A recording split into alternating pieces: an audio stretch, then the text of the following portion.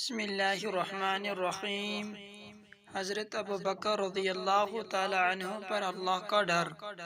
حضرت ابوبکر صدیق رضی اللہ تعالی عنہ جو باجماع اہل سنت انبیاء علیہ السلام کے علاوہ تمام دنیا کے آدمیوں سے افضل ہیں، اور ان کا جنتی ہونا یقینی ہے کہ خود حضور اقدس صلی اللہ علیہ وسلم نے ان کو جنتی ہونے کی بشارت دی، بلکہ جنتیوں کی ایک جماعت کا سردار بتایا اور جنت کے سب دروازوں سے ان کی پکار اور بلاوے کی خوشخبری دی، اور یہ بھی فرمایا کہ میری امت میں سب سے پہلے ابوبکر جنت میں داخل ہوں گے۔ اس سب کے باوجود فرمایا کرتے تھے کہ کاش میں کوئی درخت ہوتا جو کاٹ دیا جاتا، کبھی فرماتے کاش میں کوئی گھاس ہوتا کہ جانور اس کو کھا لیتے، کبھی فرماتے کاش میں کسی مومن کے بدن کا بال ہوتا۔ ایک مرتبہ ایک باغ میں تشریف لے گئے اور ایک جانور کو بیٹھا ہوا دیکھ کر ٹھنڈا سانس بھرا اور فرمایا کہ تو کس قدر لطف میں ہے کہ کھاتا ہے، پیتا ہے، درختوں کے سائے میں پھرتا ہے، اور آخرت میں تجھ پر کوئی حساب کتاب نہیں۔ کاش ابوبکر بھی تجھ جیسا ہوتا۔ ربیعہ رضی اللہ تعالی عنہ اسلمی کہتے ہیں کہ ایک مرتبہ کسی بات پر مجھ میں اور حضرت ابوبکر میں کچھ بات بڑھ گئی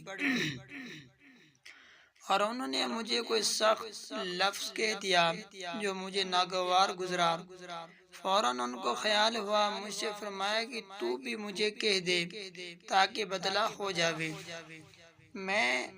میں نے کہنے سے انکار کیا تو انہوں نے فرمایا کہ یا تو کہہ لو ورنہ میں حضور صلی اللہ علیہ وسلم سے جا کر عرض کروں گا۔ میں نے اس پر بھی جوابی لفظ کہنے سے انکار کیا تو وہ اٹھ کر چلے گئے۔ بنو اسلم کے کچھ لوگ آئے اور کہنے لگے کہ یہ بھی اچھی بات ہے کہ خود ہی تو زیادتی کی اور خود ہی الٹی حضور صلی اللہ علیہ وسلم سے شکایت کی۔ میں نے کہا کہ تم جانتے بھی ہو کہ یہ کون ہے؟ یہ ابوبکر صدیق رضی اللہ تعالی عنہ ہیں۔ اگر یہ خفا ہو گئے تو اللہ کا لاڈلا رسول صلی اللہ علیہ وسلم ان سے خفا ہو جائے گا، اور اس کی خفگی سے اللہ تعالی شانہ ناراض ہو جائیں گے، تو ربیعہ کی ہلاکت میں کیا تردد ہے؟ اس کے بعد میں حضور صلی اللہ علیہ وسلم کی خدمت میں حاضر ہوا اور قصہ عرض کیا۔ حضور صلی اللہ علیہ وسلم نے فرمایا کہ ٹھیک ہے، تجھے جواب میں اور بدلہ میں کہنا نہیں چاہے، البتہ اس کے بدلے میں یوں کہہ کہ اے ابوبکر اللہ تمہیں معاف فرما دے۔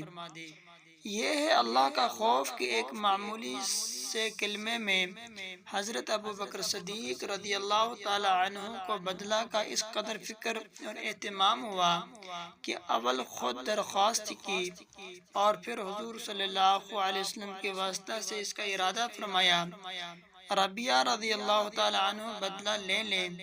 آج ہم سینکڑوں باتیں ایک دوسرے کو کہہ دیتے ہیں، اس کا خیال بھی نہیں ہوتا کہ اس کا آخرت میں بدلہ بھی لیا جائے گا یا اس کا حساب بھی ہوگا۔